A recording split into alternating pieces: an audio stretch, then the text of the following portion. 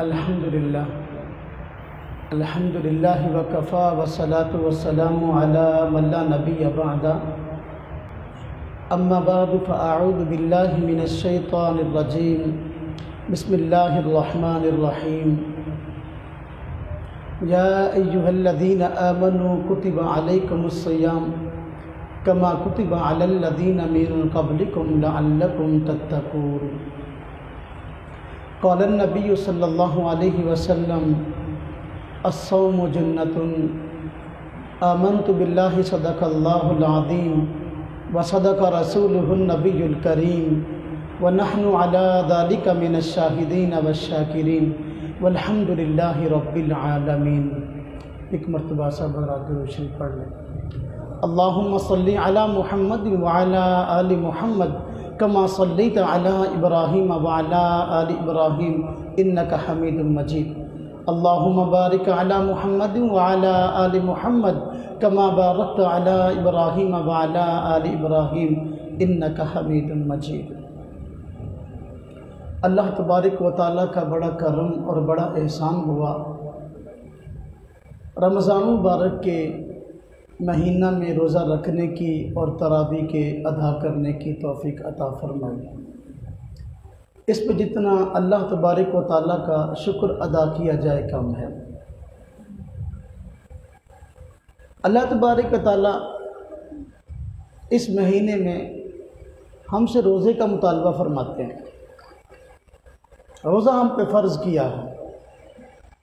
روزے کا مقصد کیا ہے؟ بظاہر بندہ یہ سمجھتا ہے کہ روزے سے بندہ بھوکا اور پیاسا رہتا ہے، تو اللہ رب العزت کو کیا غرض اس بات سے کہ ہم بھوکے اور پیاسے رہیں؟ بھوکا اور پیاسا مروانا تو مقصد نہیں ہے۔ مقصد کیا ہے؟ اللہ تبارک و تعالیٰ نے قرآن کریم کی اس آیت مبارکہ میں، جس کو میں نے آپ حضرات کی خدمت میں تلاوت کیا ہے، روزے کے مقصد کو بیان کیا ہے۔ اللہ تبارک و تعالیٰ فرماتے ہیں، اے ایمان والو، تم پہ روزے فرض کیے گئے ہیں، اور صرف تم پر ہی نہیں فرض ہوئے، تم سے پہلے لوگوں پر بھی فرض ہوئے، انہوں نے بھی روزے رکھے ہیں۔ اس لیے پریشان نہ ہو، اللہ تبارک و تعالیٰ نے تم پر کوئی ایسا حکم لاگو نہیں کیا کہ جس کا مطالبہ پہلے لوگوں سے نہ ہو۔ پہلے لوگ بھی روزہ رکھتے ہیں، اور روزے کا مقصد کیا ہے؟ فرمایا لعلکم تتقون، تاکہ تم پرہیزگار بن جاؤ۔ روزے کا مقصد تقوی کا پیدا ہونا، پرہیزگاری کا حاصل ہونا ہے۔ جب انسان کا روزہ نہیں ہوتا تو گناہوں کے اسباب بھی موجود ہوتے ہیں ارد گرد، اور گناہ کی طرف بندے کا زیادہ رجحان بھی ہوتا ہے، اور بندہ عملاً گناہ کر بھی لیتا ہے، اس لیے کہ ہم انسان ہیں اور ہم سے گناہ ہوتے ہیں۔ انبیاء علیہ السلام کی ذوات اقدسہ ایسی ہیں کہ جن سے گناہ نہیں ہوتے، وہ گناہ سے معصوم ہیں، لیکن انبیاء علیہ السلام کے علاوہ کسی سے بھی گناہ ہو سکتا ہے۔ اور رمضان مبارک کے علاوہ باقی 11 مہینوں میں ہم گناہ کرتے ہیں اور ہم سے گناہ ہوتے ہیں۔ اللہ تبارک و تعالیٰ نے رمضان مبارک کا مہینہ ہمیں عطا فرمایا اور اس پر روزہ رکھنے کا حکم دیا ہے۔ اس میں تراویح ادا کرنے کا طریقہ ہمیں اللہ تبارک و تعالیٰ نے حضور نبی پاک صلی اللہ علیہ وسلم کے توسط سے دیا ہے۔ اس کا مقصد تقوی اور پرہیزگاری ہے۔ آپ دیکھیں، جب انسان کا روزہ نہیں ہوتا تو عملاً گناہ کرتا رہتا ہے، اور جب بندہ روزہ دار ہوتا ہے تو پھر گناہوں کی طرف یا تو دھیان جاتا ہی نہیں ہے، اگر چلا بھی جائے تو بندہ روزے کی حیا کی وجہ سے گناہ کرنے سے باز رہتا ہے۔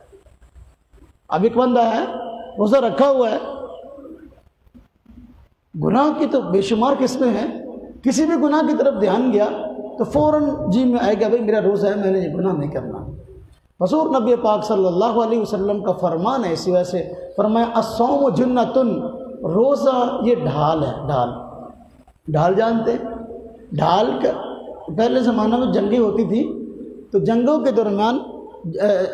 کے دوران دشمن کے حملہ سے بچنے کے لیے ایک ہتھیار ہوتا تھا، اب اس میں کیا کہوں، ایک پلیٹ سی ہوتی تھی مضبوط سی، تو وہ آگے دشمن کی تلوار کے آگے کر دی جاتی تھی، تیر تلوار آگے سامنے آتا تو اس کو آگے کر دی جاتا اور اس کے ذریعے بندہ دشمن کے حملے سے بچ جاتا، تلوار نہ لگتی، تیر نہ لگتا۔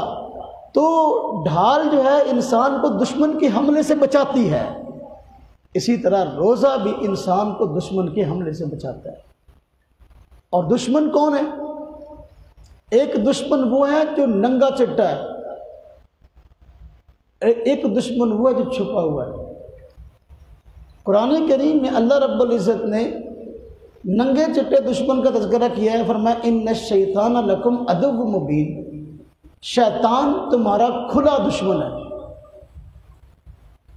تو شیطان انسان سے گناہ کرواتا ہے اور انسان کے دل میں وسوسے ڈالتا بھی یہ گناہ کرو، اور عملاً بندہ گناہ کر گزرتا ہے۔ اور دوسرا انسان کا دشمن ہے انسان کا نفس۔ انسان کا نفس بسا اوقات خواہشات کے پیچھے لگ کے بندے کو گناہوں کی طرف مائل کرتا ہے۔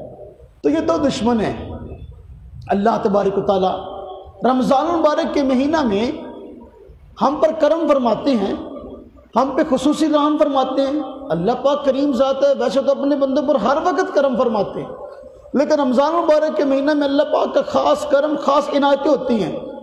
بندے کے لیے ماحول فراہم کیا جاتا ہے کہ وہ گناہوں سے بچنے والا بن جائے۔ اور ایک تو روزہ رکھوا دیا، روزے کی وجہ سے اب گناہ کی طرف دھیان گیا، لیکن پھر بندہ کہتا ہے میں روزہ بچ گیا۔ اور دوسرا شیطان انسان کا کھلا دشمن ہے۔ تو اللہ تبارک و تعالیٰ رمضان المبارک کے شروع ہوتے ہی سرکش شیاطین کو قید فرما دیتے ہیں۔ سرکش شیاطین کو قید کر دی جاتا ہے، اس کی وجہ کہ بھئی بندے کے لیے تقوی کو اختیار کرنا آسان ہو جائے، بندے کے لیے گناہوں سے بچنا آسان ہو جائے۔ شیطان حملہ کرتا ہے، شیطان وسوسہ ڈالتا ہے، جس کی وجہ سے بندہ عملاً گناہ کر گزرتا ہے۔ تو اللہ پاک نے رمضان مبارک کے مہینے میں ایک تو ہمیں گناہوں سے بچنے کا اجتماعی ماحول بھی دے دیا، اور جو ہمارا ننگا چٹا دشمن تھا شیطان، سرکش شیاطین کو قید بھی کر دیا، تاکہ بندے کے لیے روزے کو نبھانا اور روزے کے مقصد کو حاصل کرنا آسان ہو جائے۔ اور روزے کا مقصد تقوی اور پرہیزگاری ہے۔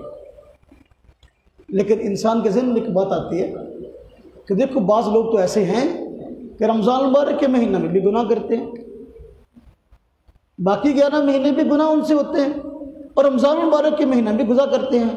اگر شیطان قید ہو گیا ہے تو پھر اب گناہ کیوں کر لیں؟ میرے بھائیو، جب بندہ کثرت سے گناہ کرتا ہے، کثرت سے گناہ کرنے کی وجہ سے انسان گناہ کا عادی ہو جاتا ہے۔ اب 11 مہینے شیطان کے بہکاوے کی وجہ سے گناہ کیے اور گناہ کا عادی ہو گیا۔ اب رمضان المبارک کے مہینے میں شیطان قید بھی ہو گیا، لیکن اس کے باوجود اب بندہ گناہ کر رہا ہے اگر، تو وہ شیطان کے بہکاوے کی وجہ سے نہیں کر رہا، وہ خفیہ دشمن کی وجہ سے کر رہا ہے، جو اندر انسان کے چھپ کے بیٹھا ہے، انسان کا نفس۔ ان النفس لامارۃ بالسوء، اس کی وجہ سے کر رہا ہے اور اپنی عادت کی وجہ سے کر رہا ہے۔ ایک بندہ باقی 11 مہینے شراب پینا اس کی عادت ہے، تو اب رمضان مبارک کے مہینے میں شیطان کے بہکاوے کی وجہ سے شراب نہیں پیتا، اپنی عادت کی وجہ سے پیتا۔ ایک بندہ سود کھاتا ہے کہ اللہ کے رسول سے اعلان جنگ ہے، باقی 11 مہینے سود خوری کرتا ہے، رمضان کے مہینے بس وقت روزہ رکھ کے بھی سودی کاروبار کرتا ہے۔ اب یہ کہ اپنی عادت کی وجہ سے کرتا ہے۔ ایک بندہ رشوت خوری کرتا ہے، رشوت لینے والا دینے والا دونوں لعنتی ہیں، حدیث نبی پاک صلی اللہ علیہ وسلم نے شاہ فرمایا ہے۔ اب 11 مہینے بھی یہ کام کرتا ہے، رمضان کے مہینے بسا اوقات بندہ یہ کام رمضان میں بھی کرتا ہے، تو یہ اپنی عادت کی وجہ سے کرتا ہے، اس کی عادت پڑ چکی ہوتی ہے، روٹین میں یہ چیز آ چکی ہوتی ہے۔ اب 12ویں مہینے میں شیطان کو بسا اوقات جو ہے اس کو بہکانے کی ضرورت ہی نہیں پڑتی، وہ اپنی عادت کی وجہ سے یہ کام کرتا ہے۔ اور روزے کا مقصد تقوی اور پرہیزگاری ہے، اور پرہیزگاری کی یہ مشق ہے۔ اللہ تبارک و تعالیٰ نے 29 یا 30 دن بندوں کے لیے ماحول فراہم کیا گناہوں سے بچنے والے بن جائیں، اور پھر باقی 11 مہینوں میں اسی طریقے سے گناہوں سے بچ کر چلیں۔ رمضان اس لیے آیا ہے، روزہ اس لیے فرض ہوا ہے، وگرنہ ہمارے بھوکا اور پیاسا ہونے سے رب کا لوگوں کیا مقصد۔ اب دیکھو روزے کا مقصد ہے تقوی اور پرہیزگاری، گناہوں سے بچنا۔ عام دنوں میں عام دنوں میں بہت سارے جرم ایسے ہیں جو اللہ پاک کو ناپسند ہے، گناہ ہے، تو عام دنوں میں روزے کی حالت میں ان کی شناخت اور بڑھ جاتی ہے۔ تو بعض بندے رمضان کے علاوہ بھی وہ گناہ کرتے ہیں، رمضان میں بھی کرتے ہیں۔ اب رمضان کے علاوہ بھی جھوٹ بولتے ہیں، رمضان میں بھی جھوٹ بولتے ہیں۔ رمضان کے علاوہ بھی وعدہ خلافی کرتے ہیں، رمضان میں بھی کرتے ہیں۔ رمضان کے علاوہ بھی امانت میں خیانت کرتے ہیں، رمضان میں بھی کرتے ہیں۔ اور کئی طرح کے فراڈ رمضان کے علاوہ بھی کرتے ہیں، رمضان میں بھی کرتے ہیں۔ اب حضور نبی پاک صلی اللہ علیہ وسلم کا فرمان ہے، بہت سارے لوگ ایسے ہیں رمضان المبارک کے مہینے میں ان کو سوائے بھوکا پیاسا رہنے کے اور کچھ حاصل نہیں ہوتا۔ وہ کون لوگ ہیں؟ جو رمضان میں روزہ تو رکھتے ہیں اور روزے کا مقصد گناہوں سے بچنا ہے، لیکن اس کے باوجود گناہوں سے بچتے نہیں ہیں۔ تو میرے بھائیو، رمضان المبارک کا مہینہ اللہ تبارک و تعالیٰ نے ہمیں عطا فرمایا، یہ اللہ تبارک و تعالیٰ کا کرم ہے، ہمیں ویسے ہی گناہوں سے بچنے کا حکم ہے۔ اللہ پاک کریم ذات ہے، سال میں ایک مرتبہ اللہ تبارک و تعالیٰ ہمیں ایسا ماحول فراہم کر دیتے ہیں کہ جس کی وجہ سے گناہوں سے بچنا آسان ہو جاتا ہے، لیکن بچنا تو خود انسان میں ہے۔ تو جو انسان رمضان المبارک میں بھی گناہ سے نہیں بچتا اور گناہ کی زندگی سے باہر نہیں آتا، حضور نبی پاک صلی اللہ علیہ وسلم کی اس کے متعلق بد دعا ہے۔ آج جو میں نے ایک بات کی تھی، مجھے ایک دوست نے سوال کیا، مجھے کہنے لگا حضور نبی پاک صلی اللہ علیہ وسلم رحمت للعالمین ہیں، اور آپ کے رحمت للعالمین ہونے کا تقاضا یہ ہے کہ آپ اپنی امت کے لیے بد دعا نہ فرمائیں، لیکن حضور نبی پاک صلی اللہ علیہ وسلم نے اپنی امت کے لیے بد دعائیں فرمائی ہیں۔ جس طرح کہ حدیث پاک میں آتا ہے کہ حضور نبی پاک صلی اللہ علیہ وسلم ایک مرتبہ اپنے ممبر شریف پر چڑھنے لگے، پہلی سیڑھی پہ قدم رکھا تو فرمایا آمین، دوسری سیڑھی پہ قدم رکھا تو پھر فرمایا آمین، تیسری سیڑھی پہ قدم رکھا تو پھر فرمایا آمین۔ صحابہ کرام نے دیکھا کہ حضور نبی پاک صلی اللہ علیہ وسلم نے پہلے کبھی ایسا نہیں کیا تھا، تو آج کر رہے ہیں، تو فوراً سوال کیا۔ صحابہ کرام ہمارے محسن ہیں، انہوں نے مشکلات کا حل حضور نبی پاک صلی اللہ علیہ وسلم سے پوچھ کر ہمیں بتا دیا۔ ہم پر صحابہ کرام نے گویا کہ ایک قسم کا جو ہے وہ شکریہ والا معاملہ کیا، ہم شکریہ ادا کرتے ہیں صحابہ کرام کا۔ کوئی بھی مشکل مسئلہ پیش آتا صحابہ فوراً پوچھ دیا کرتے تھے۔ آج ہم ایک دن کی بات اس میں نہیں آتی تو پوچھتے نہیں، شرماتے۔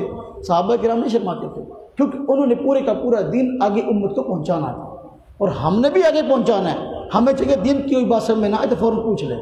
صحابہ کرام نے پوچھا یا رسول اللہ صلی اللہ علیہ وسلم، آج آپ نے خلاف توقع، پہلے کبھی ایسا نہیں ہوا، خلاف معمول ممبر شریف پر چڑھتے ہوئے جو آمین فرمایا، اس کی وجہ کیا ہے؟ فرمایا ابھی جبریل آئے تھے اور 3 انہوں نے بد دعائیں کی، اور میں نے ان بد دعاؤں پہ آمین کہا ہے۔ جبریل آمین نے فرمایا تباہ و برباد ہو بندہ جس کی زندگی میں اس کے بوڑھے والدین ہوں اور اپنے بوڑھے والدین کو پائے لیکن پھر بھی ان کی خدمت کر کے اپنے رب کو راضی نہ کرے۔ تو میں نے کہا آمین۔ آپ نے فرمایا تباہ و برباد ہو بندہ جس کے سامنے میرا نام نامی آئے، میرا تذکرہ آئے، لیکن مجھ پر صلاۃ و سلام درود شریف نہ پڑھے۔ تو میں نے کہا آمین۔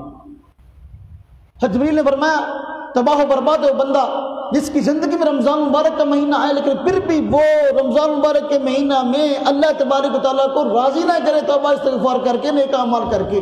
میں نے کہا آمین۔ اب تو جو کرنا ذرا، حضور نبی پاک صلی اللہ علیہ وسلم رحمت للعالمین ہے، آپ نے بد دعا کیوں فرمائی ہے؟ آپ تو ہر وقت اپنی امت کو دعائیں دیتے تھے۔ حضور نبی پاک صلی اللہ علیہ وسلم پوری امت کے، پوری انسانیت کے روحانی باپ ہیں، اور باپ اپنی اولاد کے حق میں بد دعائیں نہیں دیتا۔ اولاد کتنی زیادتیاں کیوں نہ کرے، اولاد کتنی نافرمانیاں کیوں نہ کرے، اولاد کتنا ہی دل کیوں نہ ستائے، عموماً والد اور والدہ اپنے اولاد کے حق میں نرم دل ہوتے ہیں، اپنی اولاد کے حق میں بد دعائیں نہیں کرتے اور ان کے غلط معاملات کو نظر انداز کرتے ہیں، پھر بھی ان کے لیے دعائیں ہی کرتے ہیں۔ لیکن بسا اوقات ایسا ہوتا ہے اولاد نافرمانیوں میں حد سے بڑھ جاتی ہے، اولاد نافرمانیوں میں ایسی آگے نکل جاتی ہے کہ ماں باپ کے لیے بسا اوقات سکھ کا سانس لینا مشکل ہو جاتا ہے، تو پھر ماں اور باپ کے دل سے بد دعا نکل آتی ہے۔ دنیا کے اندر، کائنات کے اندر، اگر اللہ رب العزت نے کوئی سب سے زیادہ خیر خواہ رشتہ انسان کا رکھا ہے تو وہ ماں اور باپ کا ہے۔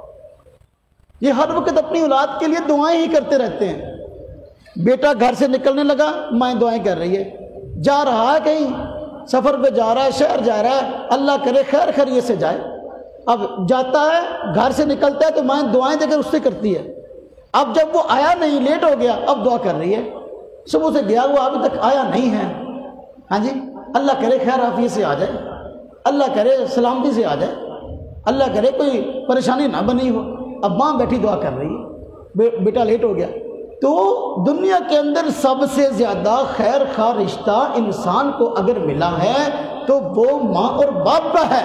یہ عموماً دعائیں کرتے ہیں، لیکن اولاد بسا اوقات نافرمانی کی ساری حدیں پار کر جاتی ہے، تو وہی ماں اور باپ جو بندے کے لیے دعائیں کرتے ہیں بسا اوقات بد دعا کر دیتے ہیں۔ حضور نبی پاک صلی اللہ علیہ وسلم نے جو بد دعا فرمائی نا، 3 مرتبہ سیڑھی پہ چڑھے اور جبریل امین نے بد دعا کی، آپ نے آمین کہا، آمین کہنے والا دعا میں شریک ہو جاتا ہے، دعا ہو یا بد دعا ہو۔ تو حضور نبی پاک صلی اللہ علیہ وسلم کا دل مبارک اس سے بہت دکھا ہے کہ 3 اعمال ایسے ہیں کہ حضور نبی پاک صلی اللہ علیہ وسلم کی ذات اقدس کے لیے نہایت تکلیف دہ، نہایت تکلیف دہ۔ باپ اور ماں، فرمایا کہ تباہ و برباد ہو بندہ زندگی میں جو اپنے بوڑھے والدین کو پائے پھر بھی ان کی خدمت کر کے اپنے رب کو راضی نہ کرے۔ والدین، بچہ بھی دنیا میں آیا بھی نہیں ہوتا، امید لگ جاتی ہے والدین کو، تو والدین شوق سے پھولے نہیں سماتے، ابھی دنیا میں آیا نہیں ہے، اس کے لیے کپڑے خرید رہے ہیں، اس کے لیے اور دنیا کی آسائشیں خریدنے کی، بھئی یہاں وہ میرے یہاں بیٹا آنے والا ہے، میرے یہاں بیٹی آنے والی ہے، تو ابھی دنیا میں آیا نہیں۔ ماں باپ کی محبتیں، ماں باپ کی چاہتیں شروع ہو جاتی ہیں۔ جب وہ دنیا میں آتا ہے ماں باپ پھول نہیں سماتے، مٹھائیاں بانٹ رہے ہوتے ہیں، خاندان کو جو ہے وہ دعوتیں کر رہے ہوتے ہیں۔ یہ کیا ہے؟ ماں باپ کی خوشیاں ہیں، اور ماں باپ پوری زندگی اپنی اولاد کی خوشی کے لیے اپنی راحتوں کو قربان کر دیتے ہیں۔ ماں ساری ساری رات اپنی اولاد کی نفع رسانی کے لیے، اس کی بہتری کے لیے بس اوقات ساری ساری رات سوتی نہیں ہے، بیٹھی رہتی ہے۔ تو یہ ماں باپ کی چاہت ہے۔ لیکن جب اولاد بڑی ہوتی ہے، اب اولاد کہتی ہے مجھے سمجھ آ گئی ہے، میں اپنی امی سے اپنے ابو سے زیادہ سمجھدار ہو گیا ہوں، اب مجھے امی اور ابو کے بات ماننے کی ضرورت کیا ہے۔ اب والدین کو دکھ ہوتا ہے، دیکھو دنیا میں آیا بھی نہیں تھا تو اس سے ہم نے چاہت اور محبت کا تعلق جوڑ لیا تھا، اور ایک ایک دن اس کی تربیت پہ لگایا، دن رات ایک کر کے بھوکا پیاسا رہ کے ماں باپ نے اپنی اولاد کو پالا، اور اپنے جذبات کو ایک طرف رکھ دیا، اپنی خواہشات کو ایک طرف رکھ دیا، بس اوقات خود بھوکے رہ گئے، اولاد کو جو ہے کھلا دیا۔ عید آئی، اپنے کپڑے نہ سلائے لیکن اولاد کے سلائے، اولاد کی خوشیاں برقرار رہیں۔ لیکن اولاد بڑی ہوتی ہے تو پھر بس اوقات نافرمانی کی ساری حدیں پار کر دیتی، تو پھر ماں باپ اپنی اولاد کے لیے بد دعا کرتے ہیں۔ تو بندے نے مجھ سے سوال کیا، کہنے لگا حضور نبی پاک صلی اللہ علیہ وسلم رحمت للعالمین ہے، تو پھر آپ نے بد دعا کیوں فرمائی اپنی امت کے اندر؟ فرمایا اس لیے کہ 3 عمل ایسے ہیں کہ جو بندے کے لیے نہایت غنیمت اور بندے کی زندگی میں بڑے اہم معاملات ہیں۔ حضور نبی پاک صلی اللہ علیہ وسلم کی نظر میں بہت بڑے بڑے گناہ، والدین کی نافرمانی بہت بڑا گناہ۔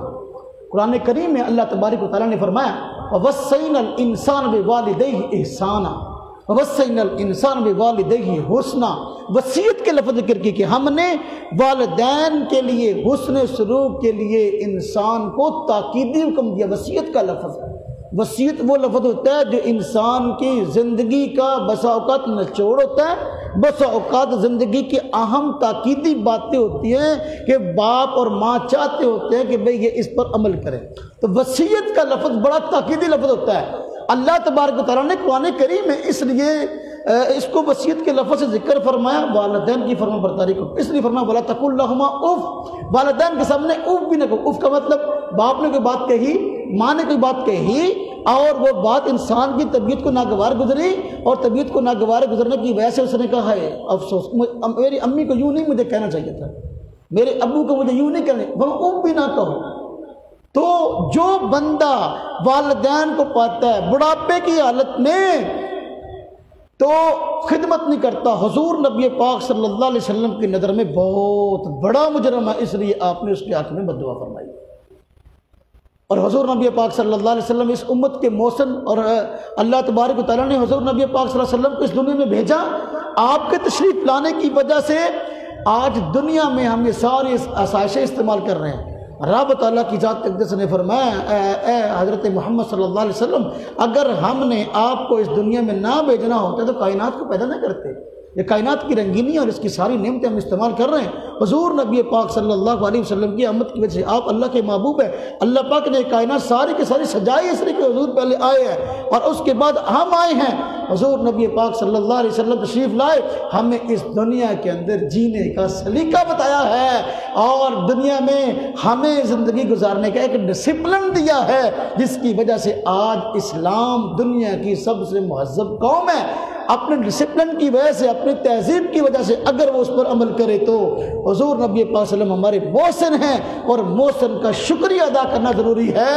اور حضور نبی پاک صلی اللہ علیہ وسلم کا شکریہ یہ ہے، جب زبان پر حضور نبی پاک صلی اللہ علیہ وسلم کا نام اقدس آئے تو ہم آپ پر صلاۃ و سلام پڑھے، آپ پر درود شریف پڑھے صلی اللہ علیہ وسلم۔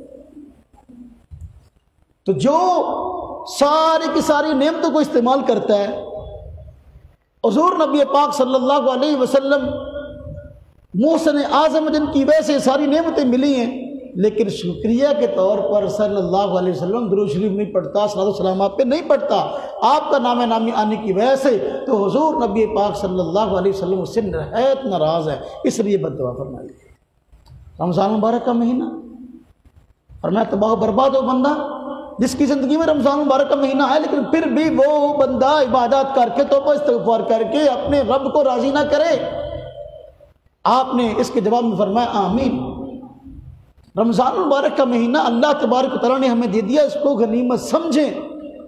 اللہ تبارک و تعالیٰ نے دیکھیں کرم فرماتے ہوئے، احسان فرماتے ہوئے ہمیں اجتماعی طور پر گناہوں سے بچنے کا ماحول فراہم کر دیا، اور شوق دلانے کے لیے اعمال کا بدلہ بھی بڑھا دیا۔ آج مزدور ہے نا، مزدور عید کی خوشی ان کو اتنی زیادہ ہے، ہر بندے کو ہوتی ہے، لیکن مزدوروں کو بہت ہے جو مزدوری کرتے روزہ بھی نہیں رکھتے۔ میں ان کا تذکرہ بعد میں کرتا ہوں۔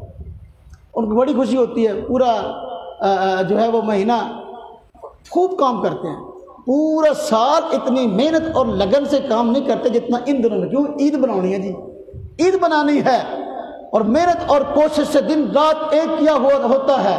کیوں؟ ان کو پتہ عید آ رہی، عید کے اخراجات کرنے، تو بسا اوقات اضافی بونس کا اعلان بھی مالک حضرات کر دیتے ہیں، یا جس طرح کہ جمعہ کے دن بسا اوقات بعض لوگ کہتے ہیں بھائی جمعہ کے دن مزدور کی بڑھا دو، کہتے ہیں 1.5 لگ گیا مزدوری۔ اب مزدور بسا اوقات جمعہ کو بھی چھٹی نہیں کرتے، کہتے ہیں دیہاڑی زیادہ ملنی ہے۔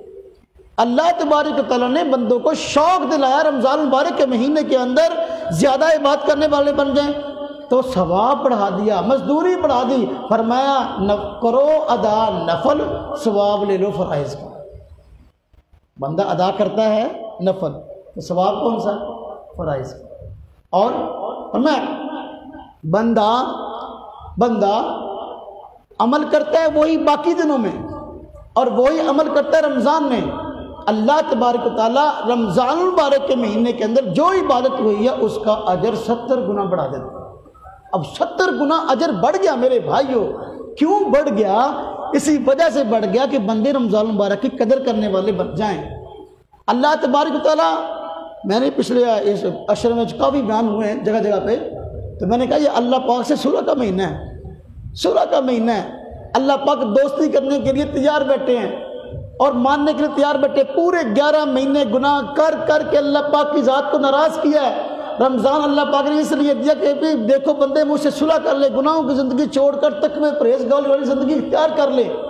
اب اللہ پاک تو ماننے کے لیے تیار بیٹھے ہیں، دوستی ہم نے توڑی ہوئی گناہ کی وجہ سے۔ بدبخت ہے وہ بندہ جس کی زندگی میں رمضان مبارک کا مہینہ آیا، اللہ تبارک تعالیٰ ماننے کے لیے تیار بیٹھے لیکن پھر بھی یہ منانے کے لیے تیار نہیں۔ حضور نبی پاک صلی اللہ علیہ وسلم رمضان مبارک کے تقدس کو بمال کرنے والے، رمضان مبارک کے مہینے میں روزہ نہ رکھنے والے، رمضان مبارک کے مہینے میں تراویح ادا نہ کرنے والے، رمضان مبارک کے مہینہ کے اندر نیک اعمال کے نہ کرنے والے شخص سے نہایت ناراض ہیں۔ اس لیے آپ صلی اللہ علیہ وسلم نے دکھ بھرے لہجے میں اس کے لیے بد دعا فرمائی ہے۔ آپ صلی اللہ علیہ وسلم امت کے روحانی باپ ہیں، اور باپ کبھی دعائیں نہیں کرتا اپنی اولاد کے حق میں، لیکن آپ کا دل ان 3 چیزوں سے بہت دکھا، اور بسا اوقات باپ پھر جب دیکھتا ہے کہ اولاد ساری حدیں پار کر گئی ہے تو پھر اللہ تبارک و تعالیٰ کے پیغمبر صلی اللہ علیہ وسلم نے بھی یہ دیکھا کہ امت نے حدیں پار کی، وہ امت کے وہ افراد جن کو یہ 3 مواقع اللہ کو راضی کرنے کے ملے لیکن انہوں نے 3 موقعوں کو ضائع کر دیا، تو پھر اس لیے بد دعا فرمائی۔ میرے بھائیوں، رمضان مبارک کا مہینہ یہ تقوی کی پریکٹس ہے۔ اللہ تبارک و تعالیٰ چاہتے ہیں رمضان مبارک کے مہینے میں بندے اللہ پاک سے صلح کر لیں اور آئندہ زندگی گناہوں سے بچنے کی شروع کر دیں اور گناہوں سے پاک زندگی میں آ جائیں۔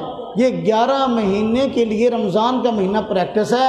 1 مہینہ روزہ رکھ کے، تراویح ادا کر کے، قرآن پاک کی تلاوت کر کے، ذکر اذکار کر کے نیک اعمال کی عادت ڈالنا چاہتے ہیں اور بندے کے اندر تقوی پرہیزگاری پیدا کرنا چاہتے ہیں۔ تقوی اور پرہیزگاری جانتے کسے کہتے ہیں؟ میں بار بار کہہ رہا ہوں، اس لیے ایسا نہ ہو کسی کو پتہ ہی نہ تقوی پرہیزگاری ہوتی کیا ہے تو پھر کام خراب نہ ہو۔ تو ایک خان صاحب تھے، ساری رات جو ہے یوسف اور زلیخا کا قصہ سنتے رہے، تو صبح کو جب اپنا بیدار ہوئے اور قصہ سنانے والے سے پوچھا کہ جی یہ بات تو سب میں آ گئی کہ ایک یوسف تھا اور ایک زلیخا تھا، لیکن یہ سب میں نہیں آیا کہ زلیخا مرد تھا کہ عورت تھا۔ تو میں تقوی پرہیزگاری کی بات کر رہا ہوں، یہ پتہ ہو چاہیے تقوی پرہیزگاری ہوتے کیا ہے۔ تقوی پرہیزگاری کا معنی ہوتا ہے گناہوں سے بچنے کی عادت ڈال لینا، اللہ کے حکموں پر عمل کرنے والے بن جانا، جن کاموں سے اللہ نے روکا رکنے والے بن جانا، یہ تقوی اور پرہیزگاری ہے۔ تقوی اور پرہیزگاری کا معنی اللہ تبارک و تعالیٰ کی ذات اقدس کی اعلیٰ ذات کا خیال کرتے ہوئے اللہ تبارک و تعالیٰ کے حکموں کو توڑنے سے ڈرنا، اسے کہتے ہیں خوف خدا، اللہ کا خوف کہ اللہ کا حکم ہے نماز پڑھو، مسجد سے آواز آئی حی علی الصلاۃ میں پھر بھی نہیں جا رہا، یہ ہے نقصان دہ چیز۔ اللہ تبارک رمضان کا مہینہ دے دیا اور اللہ پاک گناہوں کو معاف کرنے کے لیے بھی تیار بیٹھے ہیں، لیکن بندہ بخشوانے کے لیے تیار نہیں ہے۔ ویسے کہتے ہیں اللہ پاک بڑا غفور رحیم ہے، اللہ تبارک تعالیٰ غفور رحیم ضرور ہے، لیکن بخشیں گے تو اس کو جو بندہ اپنے گناہوں کو بخشوانے کے لیے تیار ہو۔ ایک بندہ روزہ بھی نہیں رکھتا، تراویح بھی نہیں ادا کرتا، باقی 11 مہینے جس طرح گناہ کی زندگی ہے اسی طرح اس کی ہے، اب مجھے بتائیں رب تعالیٰ اس کو کیسے بخشے؟ رب تعالیٰ تو بخشنے کے لیے تیار بیٹھے ہیں۔ تو روزے کا مقصد تقوی اور پرہیزگاری ہے۔ تقوی اور پرہیزگاری جب انسان میں آ جاتی ہے تو پھر اب گناہوں سے بچنا آسان ہو جاتا ہے۔ اللہ تبارک و تعالیٰ تقوی اور پرہیزگاری کے اختیار کرنے پر پھر بندے پر انعامات کی بارش بھی کر دیتے ہیں۔ آج بندے اکثر ہم اس لیے مبتلا ہیں، پریشان ہیں کہ جی مشکلیں ہیں، فلاں مشکل، اس مشکل سے نکلیں کیسے؟ اللہ تبارک و تعالیٰ بندے کو جب تقوی اور پرہیزگاری عطا کر دیتے ہیں اور تقوی بندے میں آ جاتا ہے تو مشکلوں سے نکلنا آسان ہو جاتا ہے۔ اللہ پاک نے فرمایا وَمَن يَتَّقِ اللَّهَ يَجْعَل لَّهُ مَخْرَجًا، جو بندہ تقوی اختیار کرتا ہے، اللہ سے ڈرتا ہے، اللہ پاک اس کے لیے نکلنے کی کوئی نہ کوئی راہ نکال دیتے ہیں۔ مشکلات آتی ہیں، مشکلات سے نکلنے کی کوئی نہ کوئی راہ نکال دیتے ہیں، کوئی رستہ نکال دیتے ہیں۔ جب تقوی آ جائے تو مشکلات کا سب سے بڑا عظیم حل یہ کہ بندہ تقوی کا اختیار کر لے، اور تقوی کا اختیار کرنے کا بہترین موقع اور پریکٹس رمضان المبارک کا مہینہ ہے۔ اللہ تبارک تعالیٰ فرماتے ہیں وَمَن يَتَّقِ اللَّهَ يَجْعَل لَّهُ مِنْ أَمْرِهِ يُسْرًا، جو آدمی اللہ تبارک تعالیٰ سے ڈرتا ہے، تقوی کو اختیار کرتا ہے، اللہ پاک اس کے کاموں کو آسان بنا دیتے ہیں۔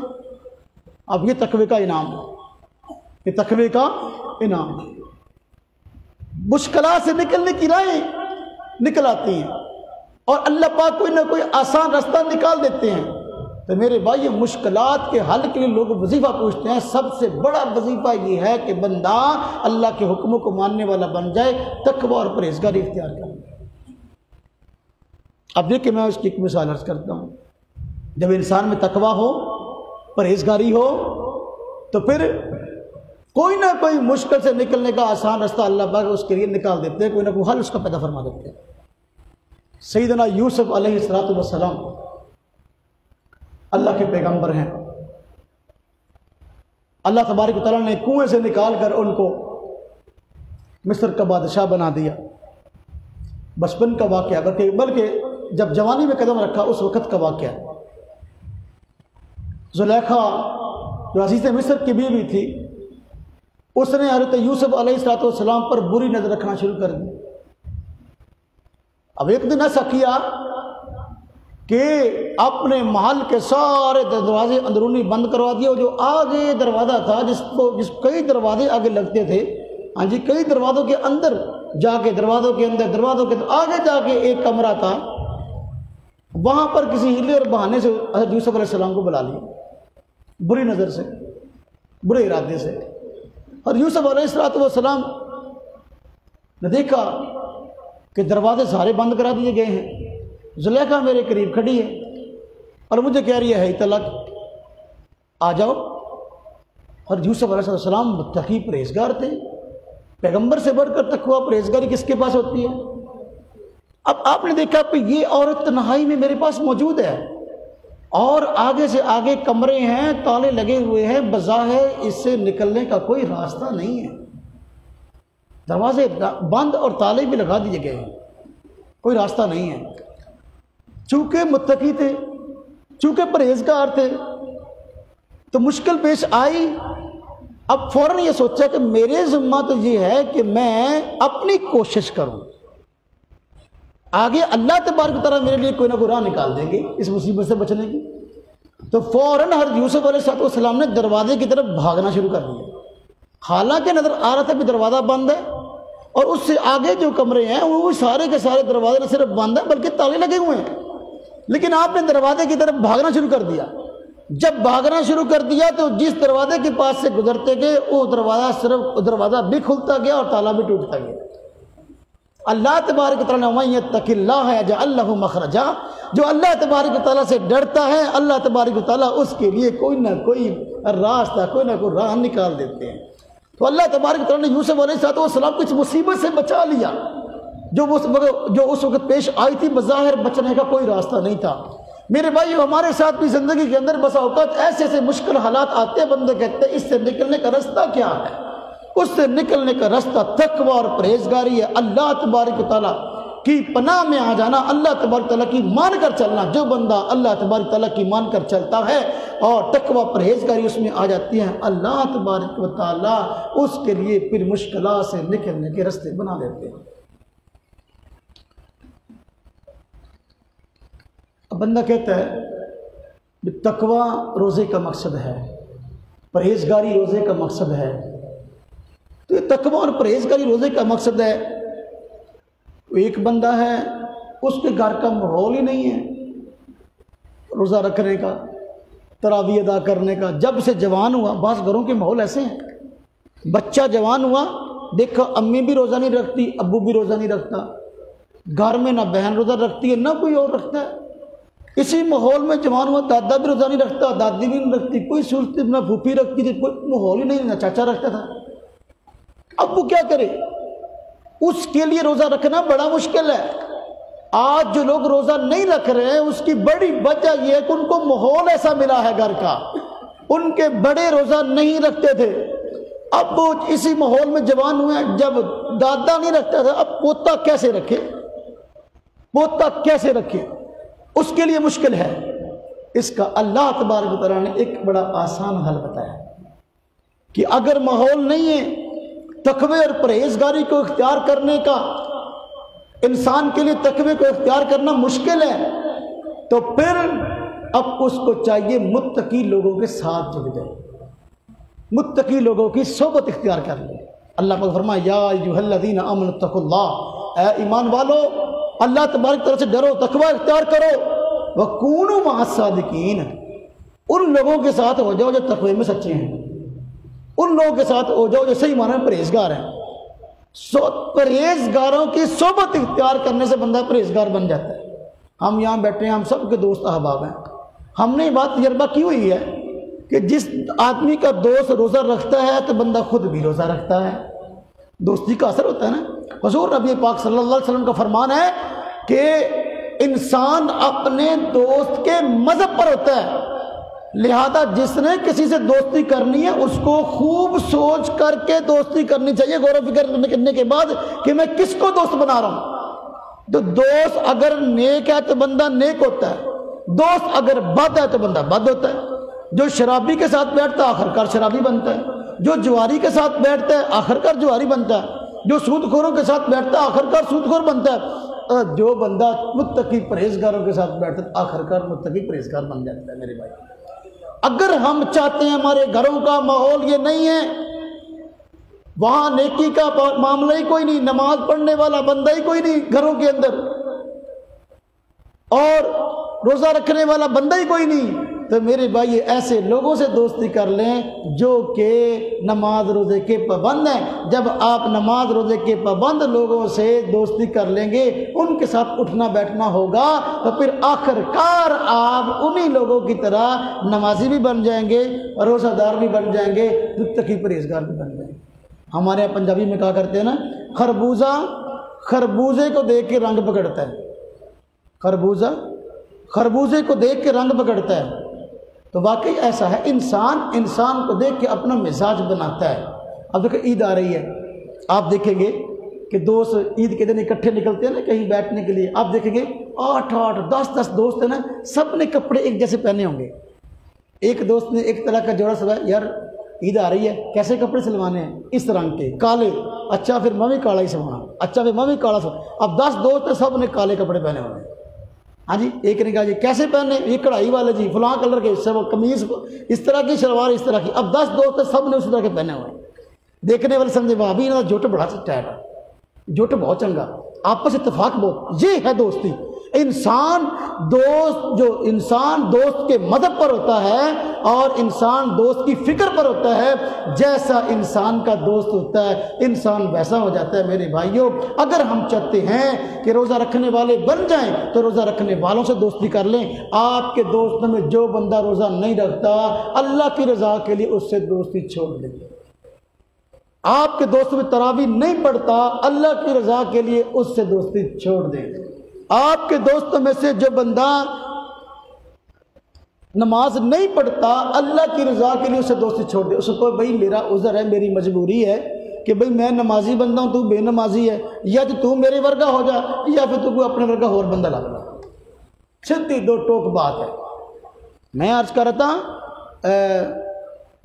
جمعے کے بعد میں نے ایک بات کی تھی کہ روزہ رکھنا بہت اجر کی بات ہے، اور روزہ کھلوانا، روزہ رکھنے کے بعد یہ بہت بڑے اجر کی بات ہے، روزہ کھلوانا بڑے ثواب کی بات ہے۔ اب ہم جو روزہ کھلواتے ہیں نا اس میں ثواب بڑا کم ہوتا ہے، وجہ کہ دیگیں پکا لی روزے کھلانے کی، روزے افطار کروانے۔ 95% لوگ وہ ہوتے ہیں ہمارے مجمع میں جن کا روزہ ہی نہیں ہوتا۔ مجمع کس نام پہ اکٹھا کیا؟ روزے کھلوانے۔ 95% بندے کون سے ہیں؟ جن کا روزہ نہیں۔ اب آپ مجھے بتائیں ثواب کیسے ملے گا؟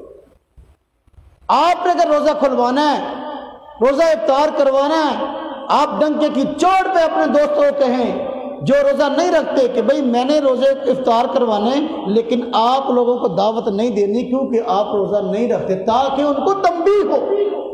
آپ کو پتہ ہے کہ اس کا روزہ نہیں ہے، پھر بھی اسے کہہ رہے آجا یار روزے کھلوانا ہے تمہیں، آگے وہ 95% لوگ وہ اکٹھے ہوئے ہیں جن کا روزہ ہی نہیں ہے۔ تو میرے بھائیوں، اپنی دوستی اپنی یاری ٹھیک کر لیں۔ اگر ہمارا دوست نمازی ہے ہم نمازی بن جائیں گے، ہمارا دوست روزہ رکھتا ہے ہم روزہ دار بن جائیں گے، ہمارا دوست روزانہ تراویح کے لیے آتا ہے تو پھر تراویح پڑھنے والے بن جائیں گے۔ اگر ہمارا دوست رات کو تراویح کے وقت بیٹھا ہے موبائل پہ انگلیاں مار رہا ہے، ہم بھی اس کے ساتھ بیٹھے انگلیاں مار رہے ہوں گے، پھر یہ چیز حاصل نہیں ہوگی جو کہ رمضان سے مقصود ہے۔ تو رمضان کا مقصد کیا ہے؟ تقویٰ اور پرہیزگاری۔ اب رمضان میں بندے دو طرح کے ہیں، بعض بندے وہ ہیں جو کہ رمضان المبارک کے مہینہ میں روزے رکھتے ہی نہیں ہیں، تراویح ادا کرتے ہی نہیں ہیں، تلاوت کرتے ہی نہیں ہیں، ذکر اذکار کرتے ہی نہیں ہیں۔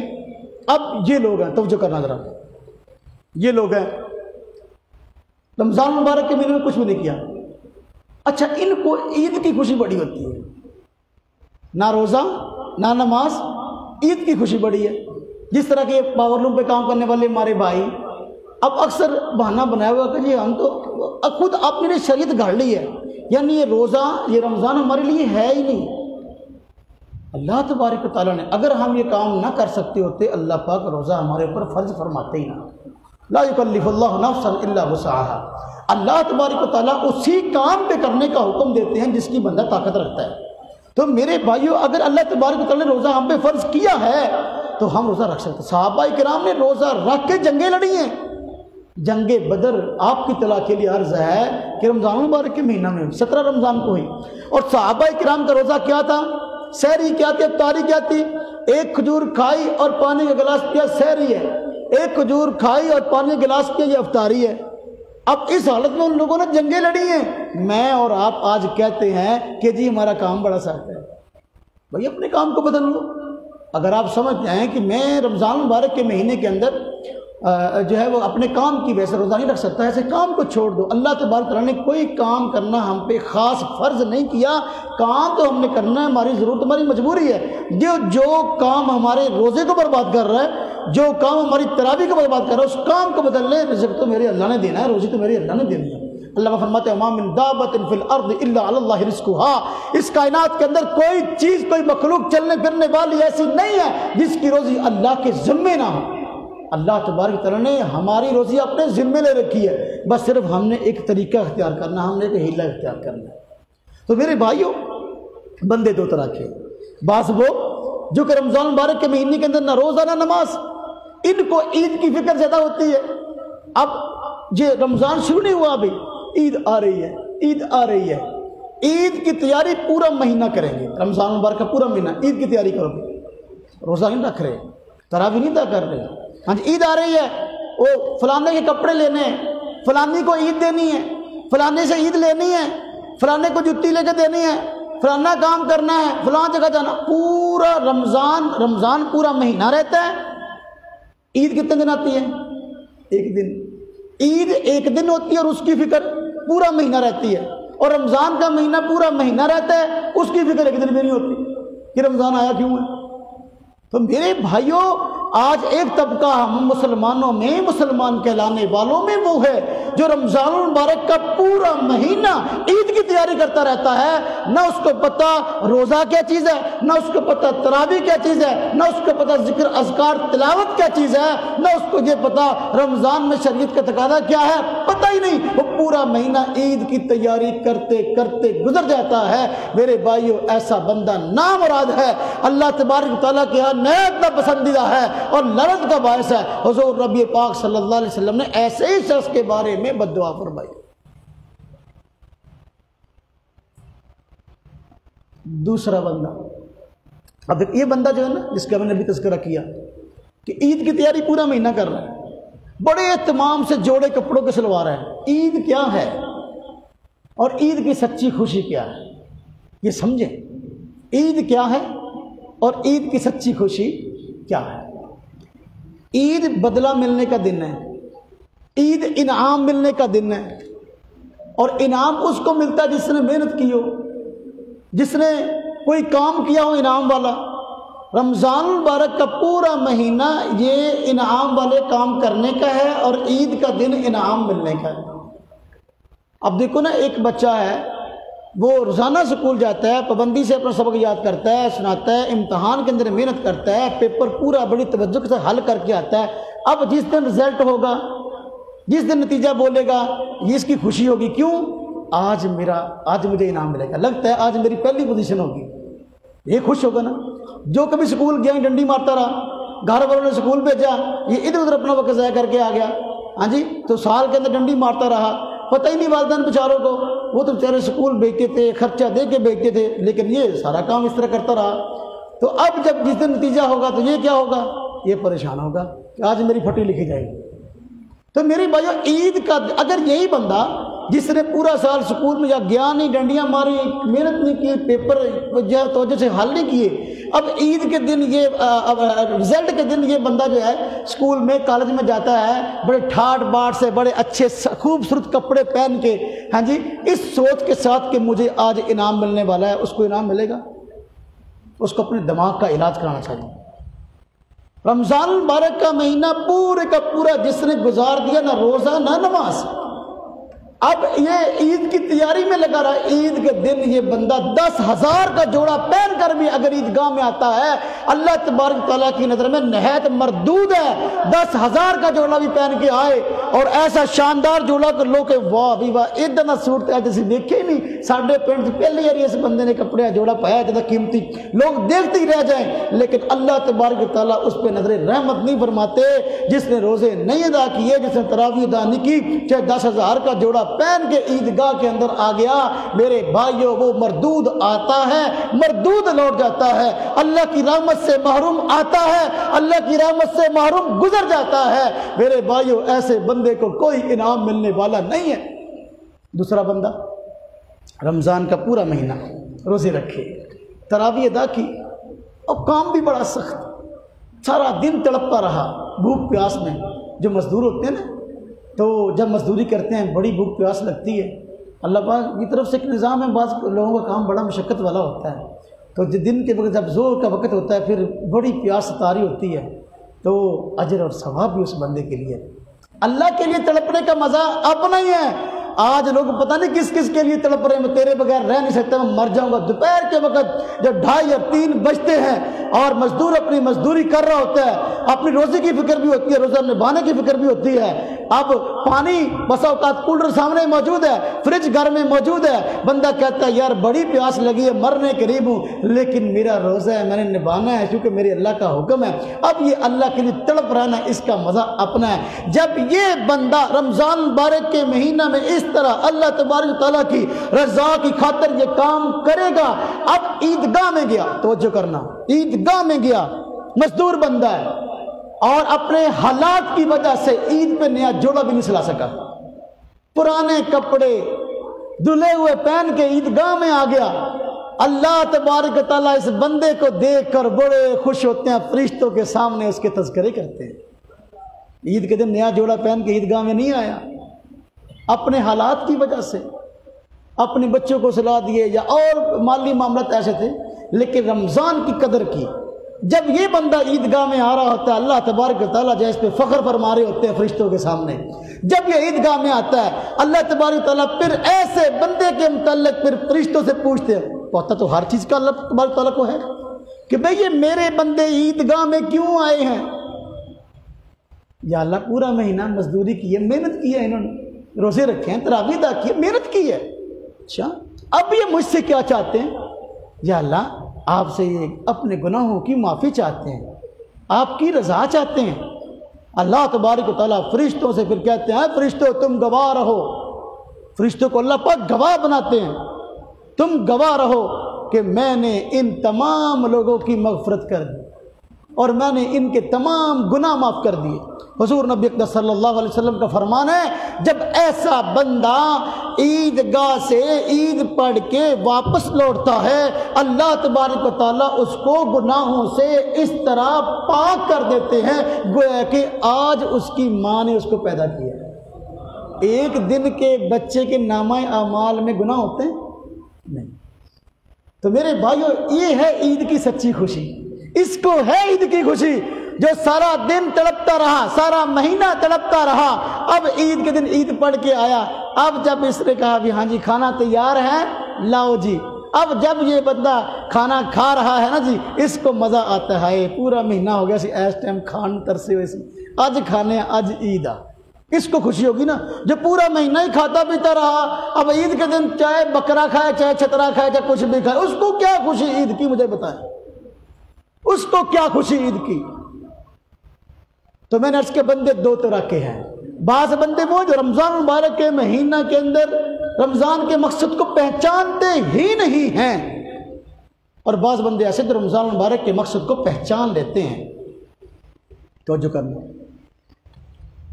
اعمال کرتے ہیں، اللہ تبارک و تعالیٰ کی طرف سے انعام بھی لے لیتے ہیں،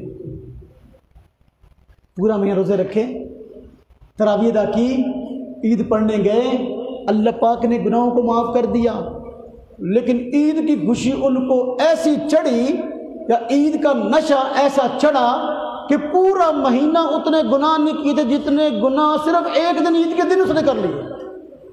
میرے بھائیوں، جو مسلمان رمضان مبارک کے پورا مہینہ میں روزے رکھتے ہیں، تراویح ادا کرتے ہیں اور نیک اعمال کرتے ہیں، لیکن عید کے دن وہ اتنے گناہ کر لیتے ہیں کہ سارے کا سارا کھاتا ہی جو ہے دوبارہ پھر کھلوا لیتے ہیں۔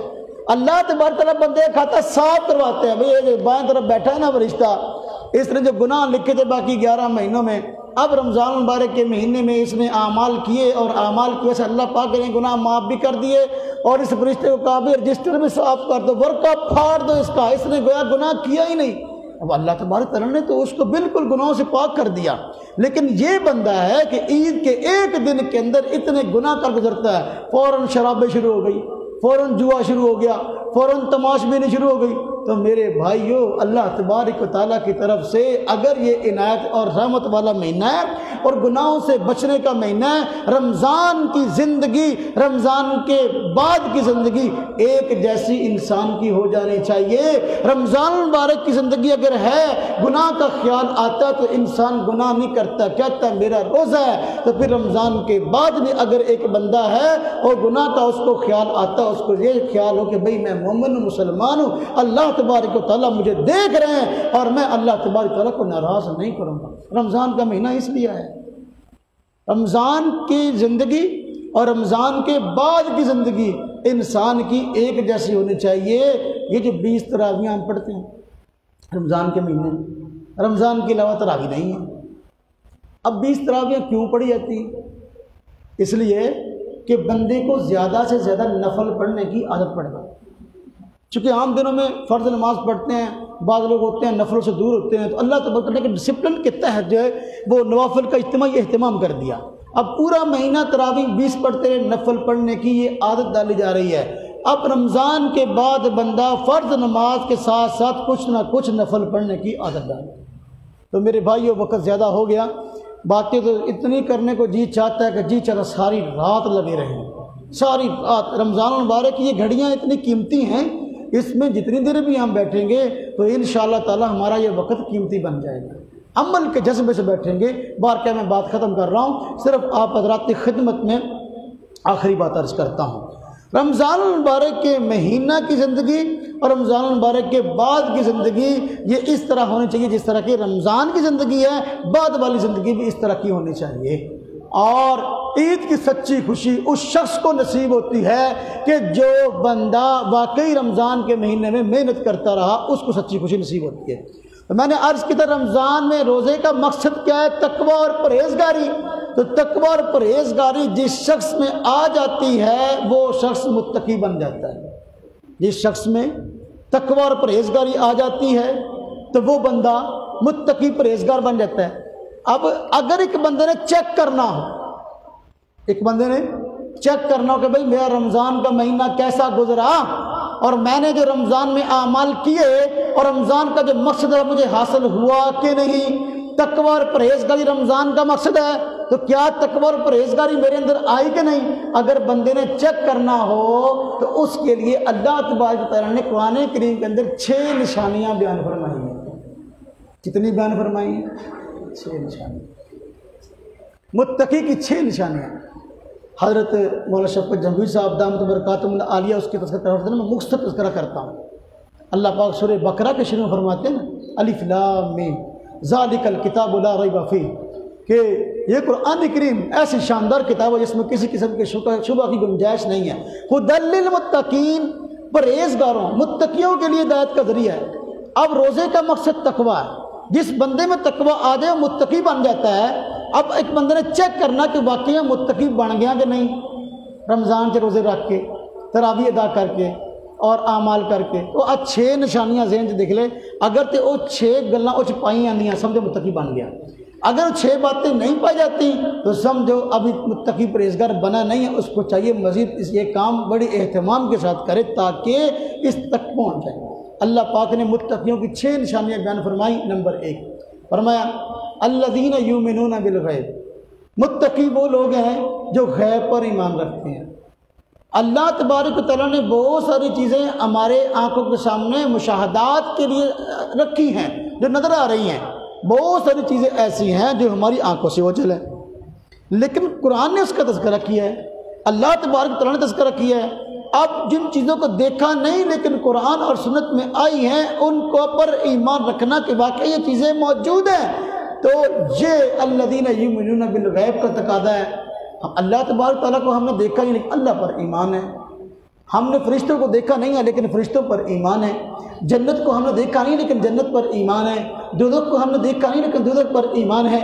تو جو چیزیں ہم نے دیکھی نہیں ہیں ان پر ہمارا ایمان ہو کہ واقعی رب تعالیٰ کی ذات اقدس نے ان چیزوں کے متعلق جو خبر دی ہے واقعی برحق ہے، یہ الذین یؤمنون بالغیب کا تقاضا، اور یہ متقی کی پہلی نشانی ہے۔ نمبر 2 فرمایا وَيُقِيمُونَ الصَّلَاةَ، متقی وہ ہوتے ہیں جو نماز کو قائم کرتے ہیں۔ نماز قائم کرنے کے اندر بہت ساری چیزیں آتی ہیں اس مفہوم کے اندر۔ نمبر 1 رمضان اپنا نماز کے قائم کرنے کا معنی نماز پابندی سے پڑھتے ہیں۔ اب جو بندہ رمضان کے بعد نماز پابندی سے پڑھ رہا ہے، ڈنڈی نہیں مارتا، ہاں جی، سمجھو متقی ہے، اور رمضان کا مقصد اس کو حاصل ہو گیا ہے، تقویٰ اس کے اندر پیدا ہو گیا ہے۔ نمبر 2 سیکھ لائیں۔ نمبر 2 اب دیکھو پابندی سے نماز پڑھنا۔ نمبر 2 جو بندہ نماز پڑھتا ہے، نماز خشوع اور خضوع سے پڑھتا ہے۔ خشوع کا مطلب ہوتا ہے نماز پڑھتے ہوئے نماز کی طرف دھیان رہنا کہ میں اللہ تبارک و تعالیٰ کے آگے کھڑا ہوں، اور اللہ تبارک و تعالیٰ کو 2 کیفیتیں اپنی بیان فرمائیں، اس طرح عبادت کار جس طرح گویا کہ تو اللہ کو دیکھ رہا ہے، گویا فرمایا ویسے بندہ دنیا میں اللہ کو نہیں دیکھتا۔ میں اگر یہ کیفیت پیدا نہ ہو تو یہ ضرور ہو کہ اللہ تبارک و تعالیٰ تجھے دیکھ رہا ہے، تو نماز کے قائم کرنے کا مطلب خشوع اس میں پایا جائے۔ نمبر 2 خضوع، کہ نماز کے اندر جسم کے جس حصے کو جہاں رکھنے کا حکم ہے وہاں رکھے۔ قیام کی حالت میں ہاتھ باندھے ہوئے ہیں، رکوع کی حالت میں جو ہے نا اپنے جو ہے وہ اپنے آپ کو جھکایا ہوا ہے، سجدے کی حالت میں اپنے آپ کو زمین پر ڈالا ہوا ہے، اور جس جسم کے حصے کو جہاں رکھنے کا حکم ہے اہتمام کے ساتھ سنت کے مطابق اس کو اس طرح رکھنا، یہ خشوع اور خضوع ہے، یہ نماز کے قائم کرنے میں بات شامل ہے۔ تو دوسری نشانی متقی کیا ہے؟ نماز کو پابندی سے پڑھے۔ تو میرے بھائیو رمضان تقویٰ کی پریکٹس ہے، نماز کے جس طرح اور کام کرنے کے نا ایک کام یہ بھی کرنے کا، نیکی کا جذبہ بندے میں زیادہ ہوتا ہے، نماز سیکھ لے، نماز کے بنیادی مسائل سیکھ لے، طہارت کے مسائل سیکھے۔ رمضان میں جذبہ بندے کا بیدار ہوتا ہے دین سیکھنے کا۔ تو میرے بھائیو جو بندہ متقی ہے وہ نماز کو قائم کرتا ہے، پابندی کرتا ہے، اور نماز اس طرح پڑھتا ہے جس طرح پڑھنے کا حق ہے۔ اور حضور نبی پاک صلی اللہ علیہ وسلم کا فرمان صلو کما رأیتمونی اصلی، نماز اس طرح پڑھو جس طرح تم نے مجھے نماز پڑھتے ہوئے دیکھا، یہ ہے نماز کو قائم کرنا۔ نمبر 3 فرمایا وَمِمَّا رَزَقْنَاهُمْ يُنْفِقُونَ، متقی وہ بندے ہیں جو اس روزی میں سے جو ہم نے ان کو دیا خرچ کرتے ہیں، اللہ کے راستے میں خرچ کرنے کا جذبہ اس کے اندر موجود ہے۔ ایک ہے زکوٰۃ، ایک ہے فطرانہ، یہ صدقات واجب ہیں اور ان کو دینا ضروری ہے، یہ فرض ہے۔ اس سے ہٹ کر نفلی طور پر بھی صدقہ دینے والے ہوں۔ صدقے کے بارے میں حضور نبی پاک صلی اللہ علیہ وسلم کا فرمان ہے کہ صدقہ مصیبتوں اور بلاؤں کو ٹالتا ہے، صدقہ اللہ رب العزت کے غضب کو ٹھنڈا کرتا ہے۔ اب بندے نے چیک کرنا ہو کہ میرے اندر تقویٰ آ گیا کہ نہیں، تو کچھ نہ کچھ خرچ کرنے کا جذبہ بندے میں ہونا چاہیے، فرض بیس پہ نہیں۔ آج لوگ فرض بیس پہ ہم سے بڑے عجیب مسئلے پوچھتے ہیں۔ ایک بندے وہ فون ہے، قاری صاحب فطرانہ کننا؟ میں نے کہا جی 130۔ وہ ایک مولوی صاحب 120 دس دے سی، یعنی اب 10 روپے سال بعد اس نے فطرانہ دینا ہے، اور 10 روپے پہ فون کر رہا ہے۔ انہیں تو فون کر لیا انہیں، ہاں جی اچھا اس میرے بعد کسی اور سے ہی پوچھا ہوگا، یعنی سال بعد فطرانہ دینا جو اپنا واجب ہے، صدقات واجبہ کو دینا، اس پہ بھی 10 روپے کا ریٹ کر رہا ہے۔ تو میرے بھائیوں یہ کیفیت نہ ہو، بلکہ اللہ کے راستے میں بے درے خرچ کرنے والا ہو۔ یہ بندہ ہے جس کے اندر تقویٰ پیدا ہو گیا اور رمضان کا مسئلہ حاصل ہو گیا۔ کتنی نشانیاں ہو گئی؟ 3۔ نمبر 4 والذین یؤمنون بما انزل الیک، جو وحی آپ پر نازل ہوئی، حضور نبی پاک صلی اللہ علیہ وسلم مخاطب ہیں، آپ پر نازل ہوئی، قرآن ہے یا حدیث ہے، اس پر ایمان رکھتے ہو، اس پر ایمان رکھتے ہو۔ قرآن کریم کو اللہ پاک کی کتاب جانتے ہو، اللہ کلام جانتے ہو، وہی سمجھتے ہو، اور حضور نبی پاک صلی اللہ علیہ وسلم کے فرمان کو وہی سمجھتے ہو۔ آج بہت سارے بندے ایسے اپنے آپ کو مسلمان ہونے کا دعویٰ کرتے ہیں، لیکن کہتے ہیں ہم قرآن کو تو مانتے ہیں لیکن حضور کے فرمان کو نہیں مانتے، جبکہ اللہ پاک نے قرآن کو بھی وحی قرار دیا اور حدیث کو بھی وحی قرار دیا۔ منکرین حدیث کے بڑے ٹولے آج کل موجود، پڑھے لکھے لوگ کہتے ہیں قرآن بس کافی ہے، حضور کی بات کی کیا ضرورت ہے۔ والذین یؤمنون بما انزل الیک، فرمایا وہ لوگ متقی پرہیزگار ہیں جو لوگ قرآن کو مانے اور آپ کے فرمان کو مانے۔ آپ پر جو وحی نازل ہوئی وہ ایک قرآن ہے، دوسرا حدیث ہے۔ قرآن وہ ہے جس کے الفاظ بھی حضور کی طرف سے ہیں، اس کے معنی بھی حضور نبی پاک صلی اللہ علیہ وسلم کی طرف سے ہیں۔ حدیث وہ ہے جس کے الفاظ حضور نبی پاک صلی اللہ علیہ وسلم کی طرف سے ہیں لیکن اس کے معانی اللہ تبارک تعالیٰ کی طرف سے ہیں۔ نمبر 5،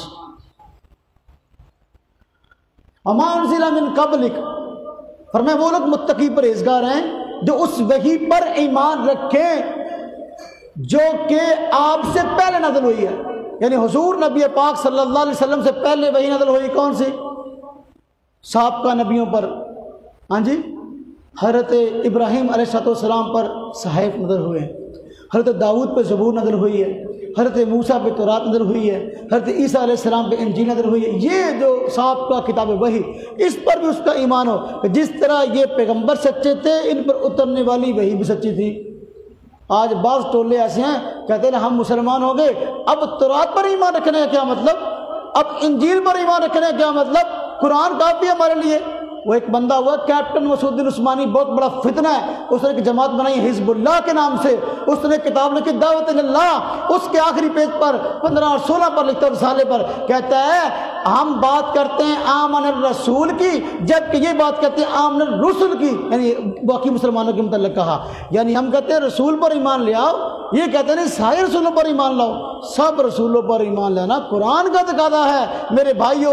تو متقی وہ بندہ ہے جو کہ حضور نبی پاک صلی اللہ علیہ وسلم کو رسول مانے اور آپ پر اترنے والی وحی کو سچا جانے، سابقہ انبیاء علیہ السلام کو نبی مانے اور ان پر اترنے والی کتابوں کو وحی کو سچا جانے۔ آخری بات نمبر 6، متقی کی چھٹی نشانی، فرمایا وبالآخرۃ ھم یوقنون، متقی وہ لوگ ہیں جن کا آخرت پر ایمان ہے۔ کیا مطلب؟ قیامت پر ایمان ہے، قیامت پر جن لوگوں کا ایمان ہے، آخرت پر ایمان ہے، مرنے کے بعد زندہ ہونے کی زندگی پر ایمان ہے کہ بھئی یہ زندگی ہماری عارضی ہے، اس کے بعد دوبارہ ہم نے جو ہے زندہ ہونا ہے مرنے کے بعد، اور اللہ پاک نے ہم سے ہمارے کیے کا حساب و کتاب لینا ہے اور اپنے اعمال کی بنا پر آگے جنت یا دوزخ جو ہے ہمارا مقدر ہے۔ جس بندے کا یہ عقیدہ نظریہ پیدا ہو اور قائم ہو، اس بندے کو تقوی حاصل ہو گیا، وہ بندہ متقی ہے اور روزے کا مسئلہ حاصل ہو گیا۔ آج بہت سارے لوگ ایسے ہیں جو قیامت کے منکر کہتے ہیں قیامت کیا چیز ہے، قیامت کیوں آئے گی؟ بہت سارے ایسے فتنے موجود ہیں، میں تذکرہ نہیں کرتا، ہم تو پڑھتے نہیں لوگوں کو، اس لیے میں عرض کر رہا ہوں کہ ہمیں اپنے بنیادی عقائد کو سیکھنا چاہیے، اپنی بنیادی باتوں کو سیکھیں تاکہ کوئی بندہ ہمیں ورگلا نہ سکے۔ تو باہر کا رمضان کا مقصد تقوی اور پرہیزگاری ہے، جس بندے میں تقوی اور پرہیزگاری آ جاتی ہے اس کو متقی کہتے ہیں۔ بندے نے چیک کرنا ہو کہ میرے اندر تقوی آ گیا کہ نہیں، روزے کا مقصد حاصل ہو گیا کہ نہیں، یہ 6 علامتیں ہیں، 6 علامتیں چیک کر لے، اگر یہ 6 باتیں اس میں پائی جاتی ہیں تو سمجھو وہ متقی ہے، اگر نہیں پائی جاتی سمجھو متقی نہیں ہے اور رمضان کا مسئلہ حاصل نہیں ہوا۔ پھر ان 6 باتوں کو میں اجمالاً دوہرا دیتا ہوں۔ نمبر 1 غیب پر ایمان لانا، نمبر 2 نماز کو قائم کرنا، نمبر 3 اللہ کے راستے میں مال خرچ کرنا، نمبر 4 قرآن اور حدیث پر ایمان لانا، نمبر 5 جو ہے وہ حضور نبی پاک صلی اللہ علیہ وسلم سے پہلے جتنی کتابیں آئیں صحیفے آئے ان پر ایمان لانا، نمبر 6 مرنے کے بعد کی زندہ ہونے کی زندگی پر اس کا ایمان ہو۔ یہ 6 باتیں جس میں پائی جائیں وہ متقی پرہیزگار ہے، سمجھو روزے کا اس کو حاصل ہو گیا۔ بھائیو میرا تو جی چاہ رہا ہوتا ہے اجتماع ہو، ساتھی میرے سامنے بیٹھے ہوں تو میں بولتا چلا جاؤں، گھنٹوں کے گھنٹوں بول لوں، میں اپنا سینہ پھاڑ کے آپ لوگوں کے سامنے رکھ دوں، کسی نہ کسی طریقے سے جو ہے نا ہم دین کی بات کو سمجھنے والے بن جائیں اور عمل کرنے والے بن جائیں۔ بار کیا وقت کافی ہو گیا۔ اللہ تبارک و تعالیٰ آپ حضرات کا آنا قبول فرمائے اور اپنی شان اجر عظیم عطا فرمائے، اور اللہ تبارک و تعالیٰ جتنی رمضان میں ہم نے عبادات کی ہیں اللہ پاک اپنی شان اس کا اجر عطا فرمائے۔ وآخر دعوانا